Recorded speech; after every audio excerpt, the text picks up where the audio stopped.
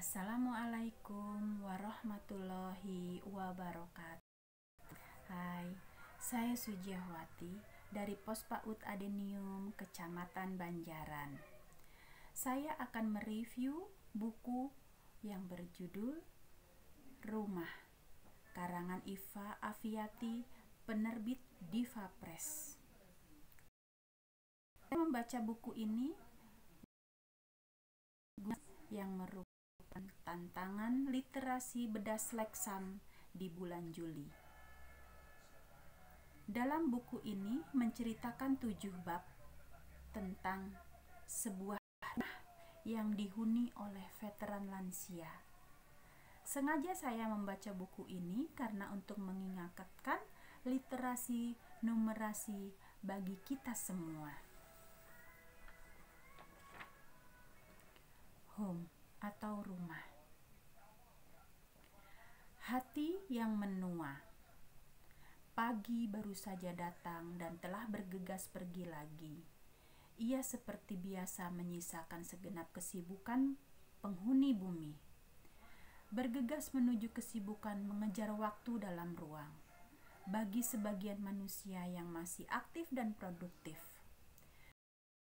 Kami yang berada di senja usia. Pagi adalah ruang waktu di mana kita harus banyak mengucap rasa syukur ketika kami beri lagi waktu untuk menatap dunia lagi. Walau kami berdua dalam keadaan sudah senja usia, namun kami masih diberi kesempatan untuk menyelesaikan amanah-amanah yang masih di tangan kami. Di suatu pagi, kami tengah duduk di kursi makan, menatap jendela yang terbuka lebar dengan pemandangan luar yang indah. Kami duduk-duduk serta mengingat kembali tentang masa lalu. Masa bersama anak-anak kami yang telah tumbuh menjadi dewasa dan tanggung jawab masing-masing. Kami mempunyai 7 orang anak dan alhamdulillah semuanya laki-laki. Truly adalah menantu kami. Dia istri dari anak sulung kami. Trulilah yang selalu datang mengunjungi kami di setiap harinya. Truly orangnya sangat sporty, tapi kadang-kadang dia juga bergaya. Truly istri dari anak kami, Wisnu, anak sulung kami yang bekerja sebagai kepala sekolah di sebuah SMA. Pada suatu hari, suamiku ingin sekali mengecat rumah agar terlihat segar dan terlihat rapih. Ketika aku bertanya, "Wahai suamiku, kenapa engkau ingin mengecat rumah?" Suamiku menjawab, "Ma, saya ingin mengecat rumah agar mengundang peminat atau pembeli." "Maksud Papa? Papa ingin menjual rumah itu?" "Iya, Ma." Seketika aku terdiam, terbenam dengan pikiranku sendiri. Sebetulnya saya kurang setuju dengan rencana suami untuk menjual rumah. Apakah ini keputusan yang sangat tepat? Entahlah. Akan tetapi, pikiran itu sangat menggangguku akhir-akhir ini. Menjual rumah bukan hanya menjual bangunan fisik. Bagiku, rumah ini adalah kenangan, sejarah, cinta, dan segala-galanya di kehidupan ini.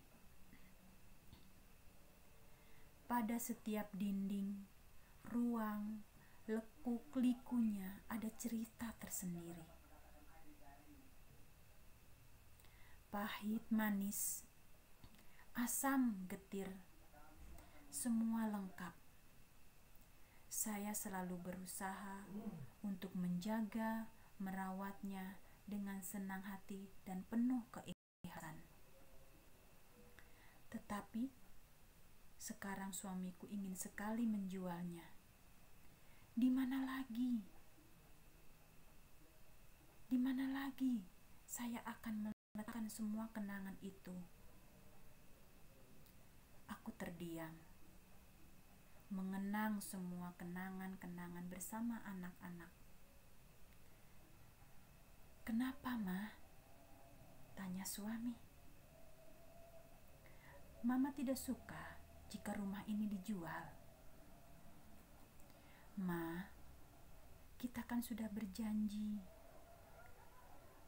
jika kita tidak akan merepotkan ketujuh anak-anak kita, Ma. Mereka kan sudah punya tanggung jawab masing-masing, pekerjaan masing-masing. Kita bisa mencari rumah yang sederhana dan kecil di pinggiran. Papa sudah tidak sanggup lagi membayar PBB sebesar 5 juta. Lebih itu, Ma. Uang dari mana kita, Ma? Apalagi Papa hanya veteran lansia. Memang anak-anak membantu, Ma.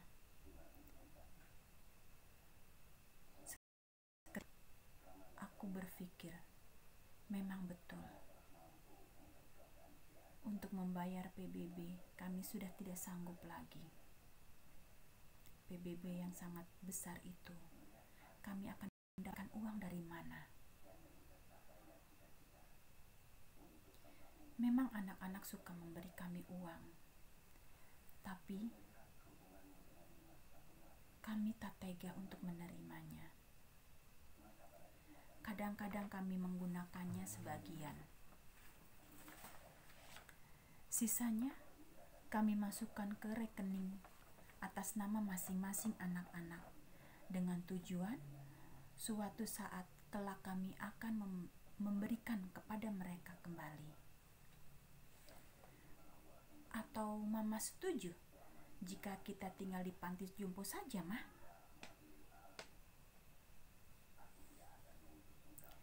Tapi dampak dari pertanyaan suami saya membuat jari jemari saya tremor seketika.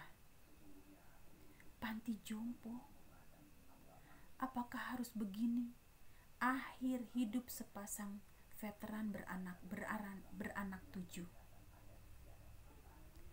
Meskipun kami mempunyai 7 anak laki-laki yang semuanya sudah mapan dan berkeluarga, akan tetapi mereka sudah mempunyai kesibukan masing-masing.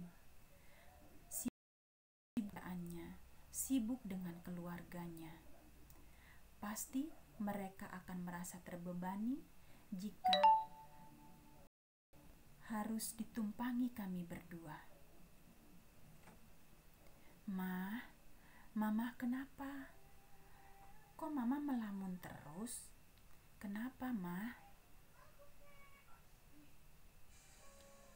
Enggak, Pa. Mama tidak apa-apa. Mama hanya sedikit merasa sedih jika kita harus tinggal di panti jompo. Apa kata anak-anak nanti, Pa? Jawab Mama. Anak-anak pasti akan mengerti jika kita jelaskan dengan baik dan benar. Jawab suami dengan mata yang menerawang jauh, entah apa yang dipikirkan. Pa, tidak akan cukup alasan bagi seorang anak mengizinkan orang tuanya masuk atau tinggal di tempat panti jompo, Pa. Seharusnya Mama tidak terdiam, tidak melanjutkan kata-katanya. Setelah kami menua, kami jarang sekali membahas hal-hal yang menyakitkan dan menyedihkan lagi sekarang. Kami saling menjaga hati, perasaan agar tidak menjadi penyakit. Sudah berapa lama anak-anak tidak datang sekedar menyapa ya, Ma? Sejujurnya, saya sangat merindukan mereka, Ma. Rindu Wisnu, Fahmi, Mahatma, Bisma, Pandu, dan Farid. Apa kabar mereka ya, Ma? Kami terdiam.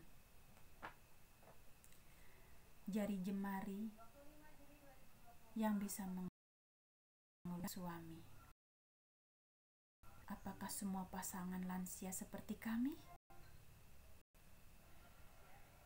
Kami, terutama suami, yang sekali merasa sentimental sejak setahun terakhir ini duduk di kursi roda akibat stroke ringan.